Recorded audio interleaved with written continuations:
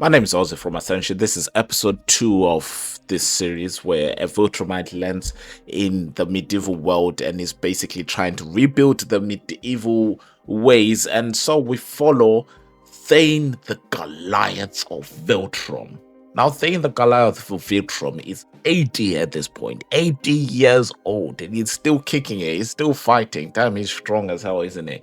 And he wants to just make Viltrum stronger. That is his entire existence. As we knew from the last time we saw him, that is all he cared about. He has a plethora of children, a plethora of grandchildren, a plethora of great-grandchildren now, and he's still alive. He's still marching on and seeing what's actually going on in his world. He's going through the politics of everything, the politics of running an entire kingdom. To him, he doesn't fully understand it. He was just a Viltrum soldier. For 1800 years, he was a Viltrum soldier who just made sure the empire continued. The empire had the ideology of expanding outside of their solar system, and he was ready for that, obviously, until the Scourge virus wiped out everyone. His entire being, his entire existence to that point was just to be a soldier. Now he is king. Now he's ruling people.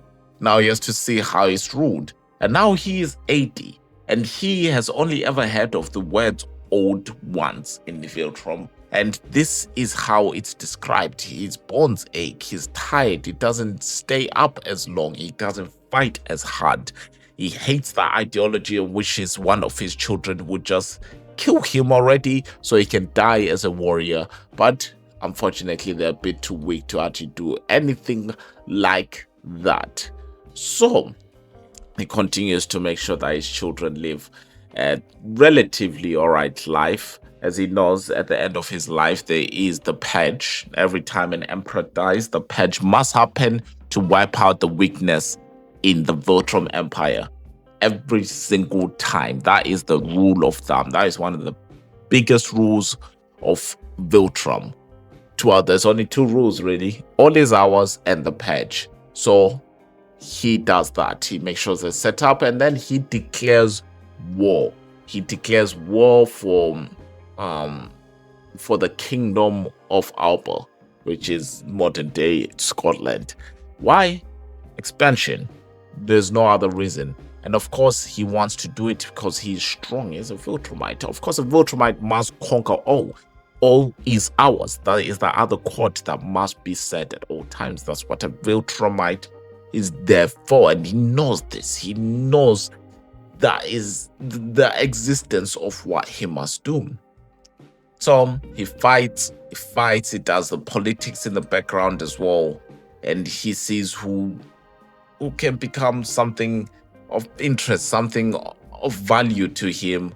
And he arranges like marriages, he arranges this and that, he builds alliances. He doesn't understand the point of alliances, but he sees them coming in with armies anytime he tells them to come, so he allows them for now. He knows eventually that he would be too strong to even require alliances, and only his bloodline will rule. That is the third rule of the Viltrum way that he has brought in. So the first rule was all is ours. The second rule is a purge must happen on the death of every emperor. And the third rule is only Viltrum blood can rule. That is all. They can have many of these servants and slaves, obviously, in those areas, but none of them can ever sit on the levels of Viltrums.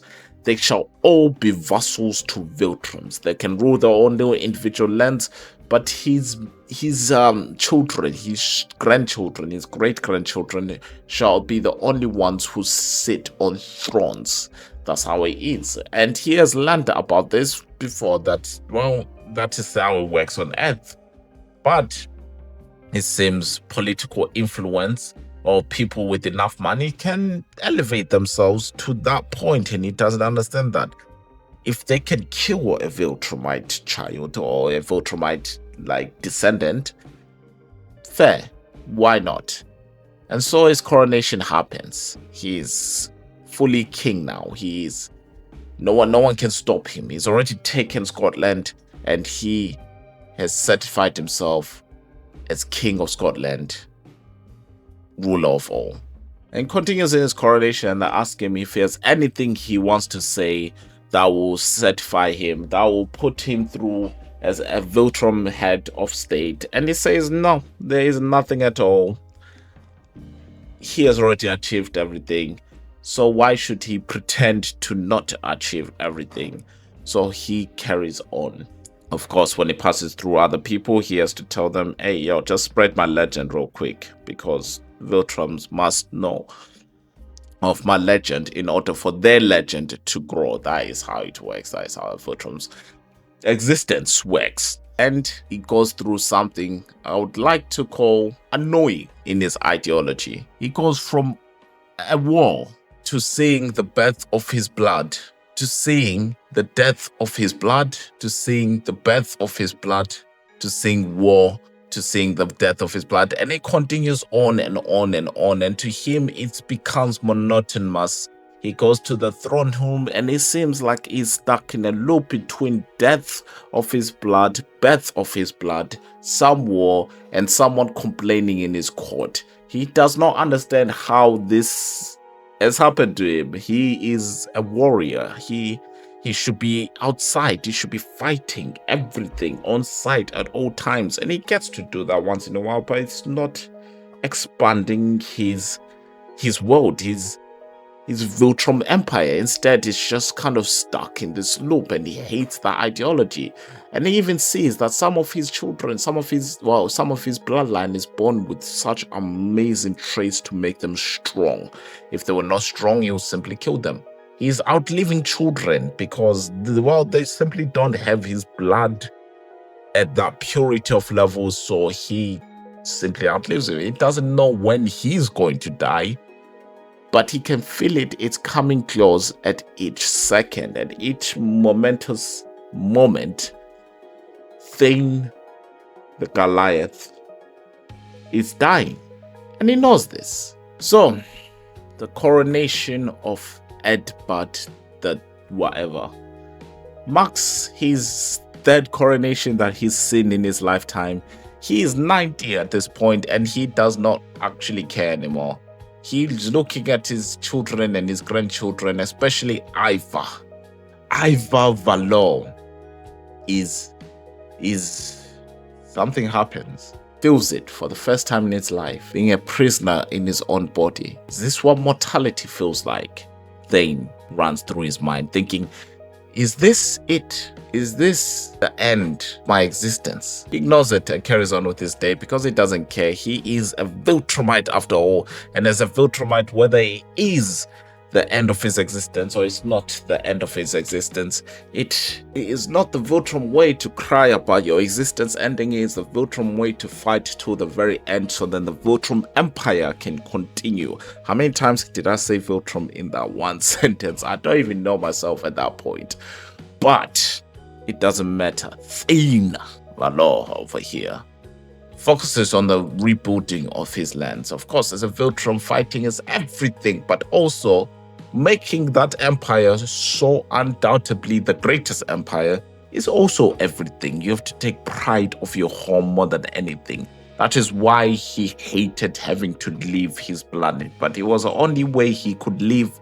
Even though he wanted to die in that moment, he was told he can survive and carry on the bloodline. Thane Valor decides to go on a custom tour, decides to see the world, decides for the world to see him as the leader he is. He has never been on one and thought, why not? Why not? We're not in war right now. Let us go to sea and let us see what we can achieve. Ladies and gentlemen, on his way to his tour for the people to see him, the legendary Thane Valor died from a heart attack. Of all things to take him, it was the heart attack. He died at 99 human years. To him, that is pathetic. Thane Valor died as a legendary emperor, the one who set a presence for the Valor name, but most importantly, for the Viltrum name. His son, Thoric, takes his place as the new emperor, as the new king uncrowned. King Thoric, unfortunately, takes his place at 66 years old. And the blood is not as strong and not as thick as it was beforehand. But he does not mind these responsibilities. He will carry on his father's ideology as he is the chosen heir from Thane's own words. And Thane looked at him as someone who he knew would carry on the ideology of a Viltrumite to the very bitter end. Fortunately, Thoric does feel his bonds have aged faster than most. He does feel that he's old. He does feel that he does not understand how his father lived at such an impressive age. But he starts owning the most holy, legendary chronicle of Jarl Thane Valor. From a poor peasant, well, they thought he was a poor peasant, but he was a mercenary. From a mercenary to a king. Who else can hold such a powerful mind, such a powerful just legend? No one else. Even Thoric does not believe he can hold such a powerful legend. But he would try his best. Of course, he would try his best. Because he is, after all, a Viltrum. He never understood why he meant to be a Viltrum until now. But he must carry on his father's will, and his father's will says one thing. So he brings the court together. The entire court. That means every family member must join, or the family members that wish to join have to join. And so they do. The family members who are loyal to him join and bow to him. He respects this. Of course he respects this. The human blood is still in him. He was protected by his father quite a lot of the ways, even though he fought majority of the wars near the end for 30 to 40 years. He was fighting almost every single war under his father's banner, but they respected his father, not him. So these are the ones that respect him. Where are the ones that do not respect him? He understands in a normal world, in a normal country, in a normal kingdom, there'll be political espionage. There'll be deals made under the table. There'll be family bonds being built. There'll be alliances even being built. But he is a Viltrumite. And he has taken that to heart. His father has taught him from the day he was born that he is a Viltrumite. And they follow several laws. Law 1, all is ours. Law 2, the purge must happen at every time, at every instance of a new emperor. So then the weakness that has grown shall be destroyed before it attaches itself to the people. And it's already attached itself to the people because they've gone through this diplomacy, this diplomatic mind of theirs. Not in Thane's world, not in Thoric's world. So it goes to war against everyone. Victory after victory, war after war. The man, the myth, the legend, Thoric is making everyone feel his absolute wrath. They understand. They're Viltrumites as well. They understand. That is why they defend. That is why they fight. That is why they rise against him. And that is why Ivar has risen against him. Because he knows he must fight to the death. Because whoever lives at the very end of this Viltrum war will be the one true emperor. The first succession war is in full hand. And so he dies. The legendary one dies in his sleep. At 70 years old, he did not live as long as everyone thought he will. But his son takes over and continues his wars. Why? Because that is a Viltrum way. When an emperor dies, you must wipe out the weakness before you rebuild and regrow. You must wipe out the weakness that was growing at the death of the last emperor. And then all is ours. And that is what the new emperor, Bjorn, does. Why does Bjorn do this? Why does Bjorn decide it is time? It's because Bjorn himself knows it is his way. It is his one way of becoming emperor. But he is fighting someone else. He's fighting his uncle Orion. And Orion and Bjorn have fought for years at this point. Bjorn started fighting when he was 17. He is 20 at this point. It's been 3 years for the subjugation of Scotland, and he continues to fight in different lands, in different areas. Those who defend the ideology of the weak and those who defend the ideology of the strong. The family members are split in half, but Bjorn does not care, as the weakness must be annihilated. It is that simple. It's always been that simple for Bjorn, and he will continue pushing for that until he wins. He wins everything, and that's why he does. First, he subjugates everyone on his land, so then a Viltrum shall rule, and then he subjugates, and then he goes into the subjugation war against his own uncle, who his uncle's already been fighting him. Both of his uncles, Ivar and Orion, have been fighting him in different instances at all times, because they know if they're to lose, Bjorn will simply execute them, and they do not want to die. Of course, they don't want to die, so they have to kill Bjorn. Bjorn doesn't want to die, so he has to kill them. They did not bend the knee, and they decided they are strong. Bjorn knows this is the only way to wipe out the weakness that is left in our lands. And so he fights and fights and fights and fights for years upon years upon years, until Orion, the legendary Orion, finally, the final boss, instead of fighting him through these proxy wars, finally, he stands up to Bjorn, saying that he will kill him.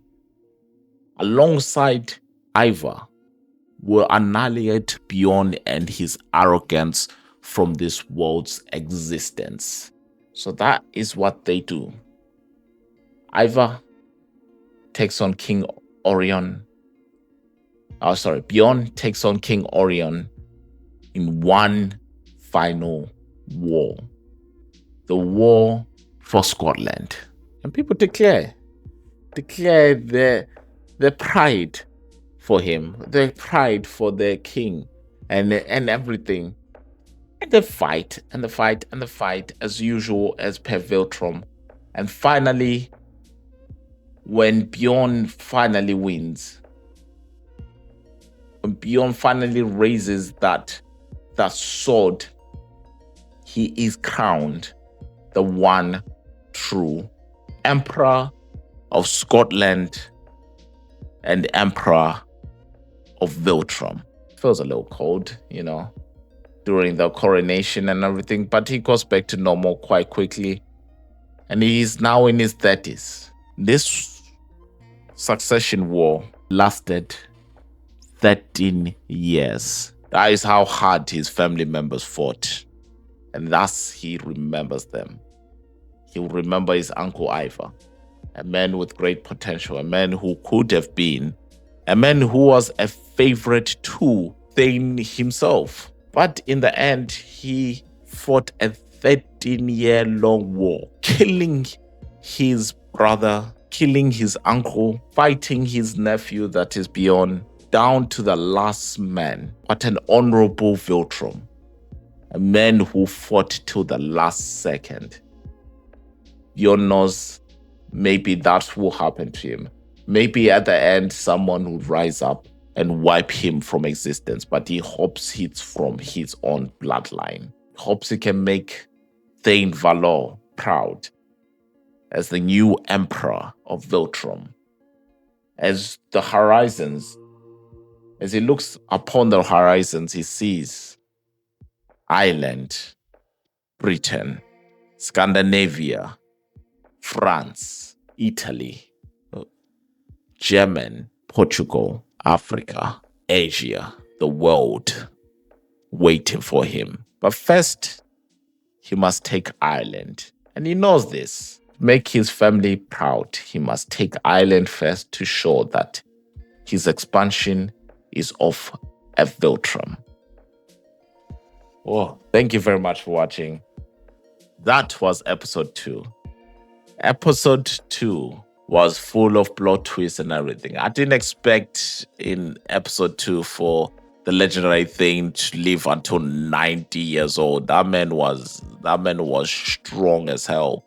But 90 years old is what you expect from the very first Viltrum who was infected. The next one was odd because Toric only lived for 4 years upon becoming king.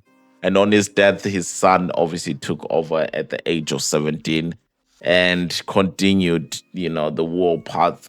As you know, the second law of Viltrum is when the emperor dies, you must wipe out the weakness so then you can grow strong, so then all could be ours again. But at the end there was fun because we had King Sigbjorn. King Sigbjorn is his full name, Sigbjorn.